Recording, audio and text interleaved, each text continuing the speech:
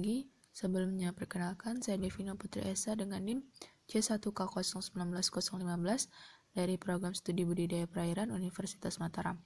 Di sini saya akan menjelaskan sedikit mengenai tahapan awal dalam budidaya kerang mutiara, yakni kultur pakan. Seperti yang dilihat, kita berada di laboratorium pakan alami. Nah, sebelum melakukan pakan alami, hal pertama kali yang perlu dilakukan yaitu melakukan klorinisasi. Klorinisasi ini dengan tujuan untuk pemurnian air. Klorinisasi ini digunakan dengan campuran klorin dan air. Klorinnya itu sebanyak 10 mili dan airnya itu sebanyak 10 liter. Setelah dilakukannya klorinisasi, maka campurannya itu akan didiamkan selama 1 hari, yang mana nantinya setelah 1 hari itu ditambahkan tiosulfat. Nah, seperti yang saya tunjukkan ini, sodium tiosulfat Na2S2O3 dengan konsentrasi 99%. Nah, larutan ini digunakan untuk mengikat Cl yang nanti yang ada pada larutan klorin tersebut. Nah, ini ditambahkan 1 hari setelah didiamkan. Tambahkan tadi, hal yang ditambahkan selanjutnya yaitu pupuk. Nah, seperti yang ada saya lihat ini, pupuk ini ditambahkan sebanyak 4 mili untuk 20 liter air. Nama pupuk ini sendiri adalah KW21. Setelah ditambahkan pupuk, hal yang selanjutnya dilakukan adalah penambahan silikat. Ini adalah bentuk silikat. Silikatnya ini berbentuk cairan kental, yang mana nantinya cairan ini akan diencerkan menggunakan air yang sudah disuling. Penambahan silikat ini tergantung dari jenis pakan alami yang digunakan. Adapun pakan alami yang menggunakan silikat yaitu Chaetosteros dan juga Isochrysys galbani. Saya akan melihatkan sedikit pakan alaminya. Seperti yang kita lihat di sini, ini adalah teknik kultur pakan alami yang digunakan, yang mana setelah ditambahkan silikat dan lainnya itu digunakan aerasi untuk menumbuhkan pakan alami. Seperti yang bisa kita lihat di sini, selang aerasinya ditambahkan pipet. Pipet ini bertekstur keras. Seperti yang dilihat, teksturnya keras. Nah, fungsinya itu di sini ada alasan mengapa digunakan pipet keras tersebut, agar nanti selang aerasinya itu tidak melengkung. Jadi udara yang disalurkan ini tetap terlarut dalam air. Selain itu juga, kenapa tidak digunakan pemberat saja?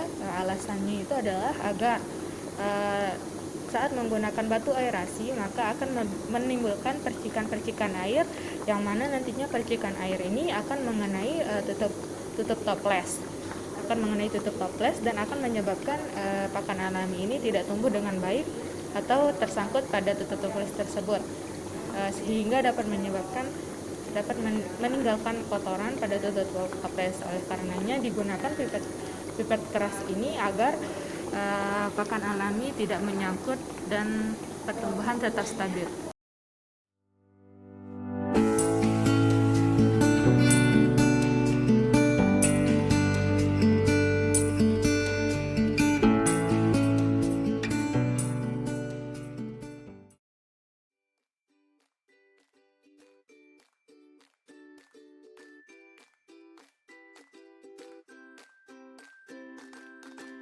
Adapun media larva yang digunakan dalam budidaya kerang mutiara, baik untuk larva ataupun indukannya, yakni poket larva. Poket larva memiliki berbagai ukuran. Adapun ukuran yang digunakan pada lokasi budidaya untuk larva kerang mutiara yakni ukuran 12 dan 18. Sedangkan untuk indukan larva digunakan poket ukuran 24 dan juga 30. Adapun ukuran poket larva ini dapat dilihat dari ukuran bolongan dari poket tersebut. Pada awal pemeliharaan, poket larva dapat dilapiskan dengan cover net, yang mana cover net ini berfungsi dalam menjaga larva yang lepas dari kolektor untuk lepas ke laut lepas. Rentang waktu yang digunakan dalam penggunaan cover net yakni 1,5 bulan. Adapun untuk ukuran larva dari 1 sampai 3 bulan, pocket net diganti menggunakan waring berwarna hijau dengan ukuran lubang lebih besar dari ukuran pocket larva.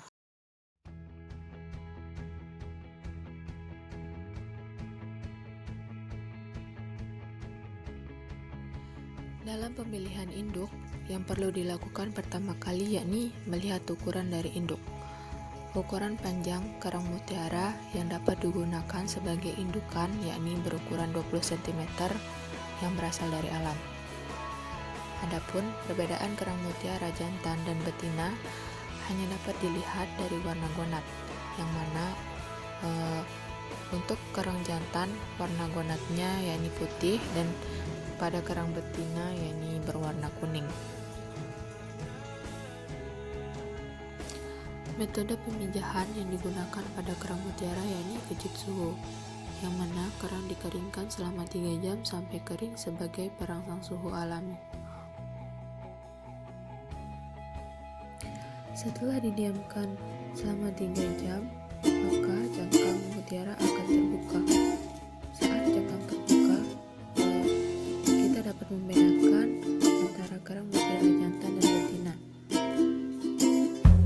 Setelah dibedakan, maka dipisahkan antara jantan dan juga betina yang ada di dalam induk. Adapun ciri kerang mutiara yang telah melakukan pemijahan ini mengeluarkan asap.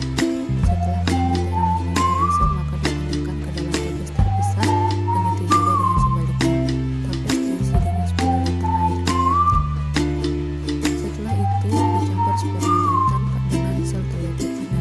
Setelah dilakukan pencampuran pada sel telur dengan sel sperma, maka campuran tersebut langsung ditumpah pada bak penetasan tanpa aerasi selama 8 jam.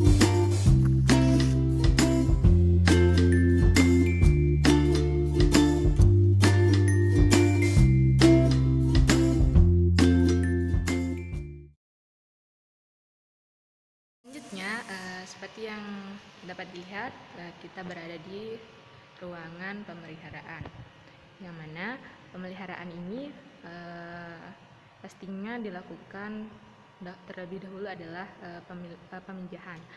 Pemijahan itu dilakukan dengan cara pertama-tama yaitu pemilihan induk. Pemilihan induk ini dilakukan pertama-tama yaitu dipisahkan antara kerang mutiara jantan dan kerang mutiara betina. Setelah dipisahkan, dimasukkan ke dalam kontainer, yang mana kontainer ini nantinya telah diisi dengan air laut. Nah, pada kontainer ini nantinya akan ditunggu hingga si kerang mutiara ini memunculkan asap, yang mana itu tandanya kerang mutiara telah melakukan fertilisasi. Fertilisasi ini merupakan pembuahan yang terjadi pada kerang mutiara. Nah, setelah itu masing-masing kerang mutiaranya dipisahkan kembali ke dalam toples, yang mana toples ini nantinya telah diisi air juga sebagai penampung sperma dan juga ovum yang dikeluarkan oleh si mutiara jantan dan juga si kerang mutiara betina. Setelah ditampung, nantinya kerang mutiara ini dipisahkan, dikeluarkan, dan si hasil sperma dan juga ovumnya ini disatukan dengan dan disitulah terjadinya fertilisasi pada si sperma dan juga ovum. Nah, setelah itu setelah dilakukan campuran, kemudian masing-masing bak pemeliharaan ini diisikan oleh air yang telah dicampurkan antara sperma dan juga ovum. Nantinya ditunggu hingga 1 hari untuk dilihat yang mana telur yang menetas dan telur yang tidak.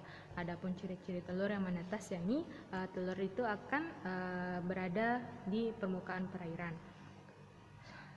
Adapun untuk pemasangan kolektor dilakukan setelah si telur mutiara atau larva mutiara ini berumur atau berukuran 150 atau sekitar 125 mikron, yang mana spat ini atau larva kerang mutiara ini sudah dapat menempel pada bak atau kolektor pemeliharaan. Nah, adapun untuk pakannya dapat diberikan untuk pertamanya itu sekitar 50 atau 500 ml atau setengah liter untuk satu harinya. Baik, saya akan menunjukkan bak pemeliharaan untuk larva yang siap dijual atau telah berumur 45 hari. Seperti yang bisa kita lihat, ini merupakan bak pemeliharaan larva yang mana larvanya ini telah berumur 45 hari. Baik. Nah, di sini dapat dilihat. Di sini adalah spat yang telah berumur 45 hari, yang mana 45 hari ini spat sudah siap untuk dijual. Terima kasih.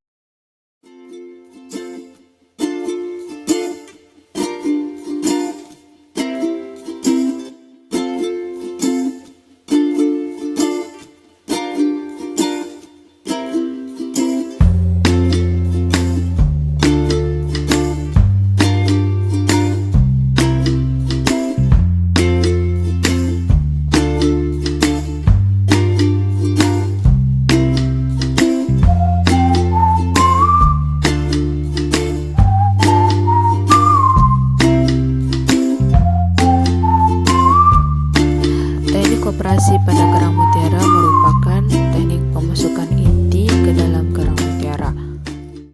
Memasukkan inti mutiara ini memiliki tujuan, yakni agar mutiara yang dihasilkan nanti sesuai dengan apa yang kita inginkan dan sesuai bentuk nukleus yang dimasukkan, yakni bulat. Dan syarat dari memasukkan nukleus ke dalam inti, yakni gonad yang ingin dimasukkan nukleus harus kosong dan tidak boleh ada isi. Adapun caranya untuk mengosongkan gonad, yakni dimasukkan ke dalam poket dan dipuasakan selama beberapa hari. Adapun cara memasukkan nukleus ke dalam gonad, yakni pertama-tama gonad dibedah terlebih dahulu menggunakan pisau bedah. Setelah dibedah, dilakukannya pemasukan nukleus. Setelah dimasukkan nukleus, hal yang dilakukan selanjutnya yakni ditutup menggunakan saibo. Adapun pengambilan saibo ini dilakukan pada kerang donor, yakni pada bagian mantel. Setelah operasi selesai dilakukan, maka kerang mutiara akan ditaruh kembali ke laut selama seminggu dengan posisi bolak-balik. Nah, pada masa ini disebut dengan fase tentu. Yang mana jika operasi pada kerang mutiara tidak berhasil, maka nukleus yang ada pada kerang mutiara akan dikeluarkan oleh kerang mutiara itu tersendiri.